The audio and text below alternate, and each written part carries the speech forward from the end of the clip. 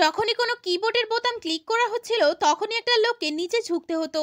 আসলে এটা একটা কিবোর্ডের দুনিয়া। এখানে প্রতিটি বাটনের নিচে ছোট ছোট মানুষ রয়েছে, কিন্তু দুর্ভাগ্যবশত তাদের মালিক একজন প্রো গেমার। লোকটি গেম খেলার জন্য যখন কম্পিউটার অন করে তখন সব বাটন অ্যাক্টিভ হয়ে যায়। যেসব বাটনের ব্যবহার বেশি হচ্ছিল তাদের অবস্থা খারাপ হতে লাগে, বিশেষ করে WAXZ, যাদের প্রতিদিন 1 লক্ষ বার প্রেস করা হয়। প্রেস বারের সাইজ বড় হওয়ায় সেটা 5 জন মিলে উঠাচ্ছিল।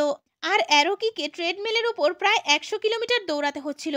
আশেপাশের সমস্ত অকেজো বাটন তাদেরকে মোটিভেট করছিল। অন্যদিকে যে বাটনগুলো কোনোদিনও কাজে আসে না তারা আরামেই জীবনযাপন করছে। তারা প্রতিদিন ইলেকট্রিক ম্যাসাজ আর ঠান্ডা ঠান্ডা ড্রিঙ্কের আনন্দ নিত। এদিকে অটো বাটন মেডিসিন নিয়ে জীবিত ছিল, আর ট্যাব বাটনকে আইসিইউতে অ্যাডমিট করা হয়। তখনই আচমকা ছেলেটির গার্লফ্রেন্ড রুমে আসে। সে দ্রুত গেম বন্ধ করার জন্য অটো আর ট্যাব বাটনকে একসঙ্গে প্রেস করে, যার কারণে ট্যাপওয়ালা বাটন মারা যায়। তখনই গেমার বলে, এবার নতুন কিবোর্ড নেওয়ার টাইম এসে গিয়েছে।